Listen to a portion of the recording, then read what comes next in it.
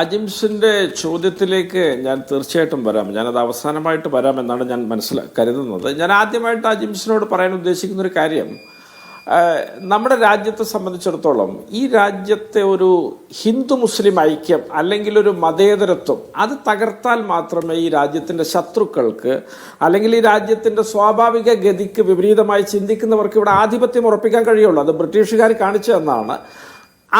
ആ തന്ത്രമാണ് ഇവിടെ പാക് ഭീകരവാദികൾ നമ്മോട് പയറ്റിയത്. അവർ മതം നോക്കിയൊക്കെയാണ് നമ്മോട് അവിടെ ആക്രമണമൊക്കെ നടത്തി അവർ മടങ്ങിപ്പോയത്.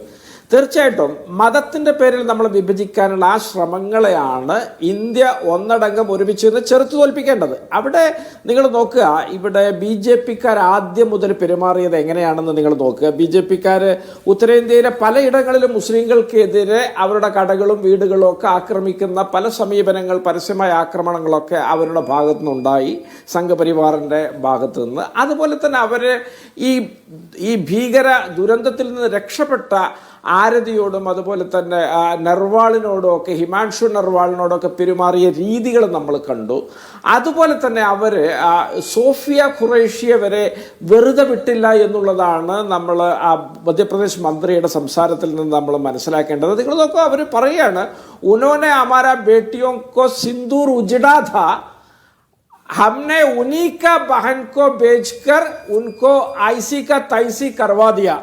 ഇതൊക്കെയാണ് പറയുന്നത്. അപ്പോൾ നമ്മൾ അവരുടെ സഹോദരിയെ തന്നെ പറഞ്ഞയച്ചു എന്നൊക്കെ പറയുമ്പോൾ ഇവർ മനസ്സിൽ ഉറപ്പിച്ച് വെച്ച ഒരു നരേറ്റീവാണത്. ആ നരേറ്റീവ് അവർ പറഞ്ഞുകൊണ്ടേയിരിക്കുന്നു. ചില സ്ഥലത്ത് അവർക്ക് ഇത്തരത്തിൽ പാളിപ്പോവും. അപ്പോൾ 10 തവണ മാപ്പ് എന്നൊക്കെ പറഞ്ഞ് അവർ രംഗപ്രവേശം ചെയ്യും. ഇതിൽ നിന്നൊക്കെ നമ്മൾ മനസ്സിലാക്കേണ്ടത്, ഈ രാജ്യത്തെ മനുഷ്യരെ ഹിന്ദുവും മുസ്ലിമുമാക്കി വിഭജിച്ച് നിർത്തേണ്ടതിൻ്റെ ആവശ്യകത രാജ്യത്തിൻ്റെ ശത്രുക്കൾക്ക് മാത്രമല്ല, രാജ്യത്തിൻ്റെ അകത്തുള്ള ചില ആളുകളുടെ കൂടെ ആവശ്യമാണ്. ഇതിനെ ഒത്തൊരുമിച്ച് ചെറുക്കുക എന്നുള്ളതാണ് ജനാധിപത്യ മതേതര വിശ്വാസികളുടെ മുന്നിലുള്ള ബാധ്യത എന്ന് പറയാൻ ഞാൻ ആഗ്രഹിക്കുകയാണ്. രണ്ടാമതായിട്ട് അജിംസ്, ഇവിടെ നിങ്ങൾ ശശി തരൂരിനെ കുറിച്ച് ചോദിച്ചു. അജിംസ് കേൾക്കുന്നുണ്ടല്ലോ അല്ലേ? കേൾക്കാം, പറഞ്ഞോളൂ നൗഷാദ്.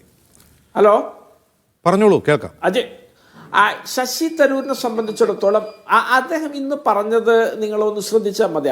അദ്ദേഹം ഇന്ന് പറഞ്ഞത്, ഞാൻ പാർട്ടി ലൈനിന് വിരുദ്ധമായി സംസാരിച്ചിട്ടില്ല, ഇവിടെ ഉയരുന്ന എല്ലാ ചോദ്യങ്ങളെയും ഞാൻ പിന്തുണക്കുന്നു എന്നാണ് അദ്ദേഹം പറഞ്ഞത്. പിന്നെ ചില ആളുകൾ പറയുന്ന രീതികളിൽ ആ രാഷ്ട്രീയത്തിൻ്റെ അംശങ്ങളൊന്നും കടന്നു വരാത്ത ചില സാഹചര്യങ്ങളൊക്കെ ഉണ്ടാകാം.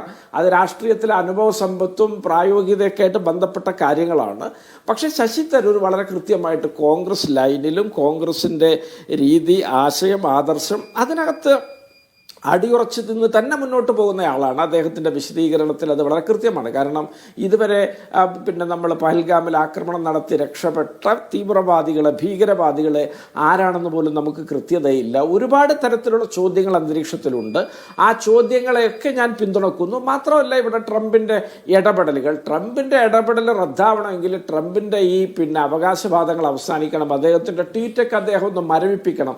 അതൊന്നും ചെയ്യുന്നില്ലല്ലോ. പരസ്യമായിട്ട് ട്രംപിനെതിരെ ഒരു വാചകം പോലും ഉന്നയിക്കാൻ വേണ്ടി പ്രധാനമന്ത്രി എഴുതി തയ്യാറാക്കിയ ഒരു പ്രസ്താവന പോലും ആർക്കും തന്നില്ലല്ലോ. അദ്ദേഹം നേരിട്ട് സംസാരിക്കുന്നത് ഇല്ല എന്ന് വെക്കാം, എന്നാൽ അദ്ദേഹം എഴുതി പോലും തന്നിട്ടില്ല. അപ്പോൾ ഇത്തരത്തിലൊക്കെ രാജ്യത്ത് ഒരുപാട് ചോദ്യങ്ങൾ ഉയരുന്നുണ്ട്. ആ ചോദ്യങ്ങളോടൊപ്പമാണ് താൻ എന്നാണ് ശശി തരൂർ പറഞ്ഞത്.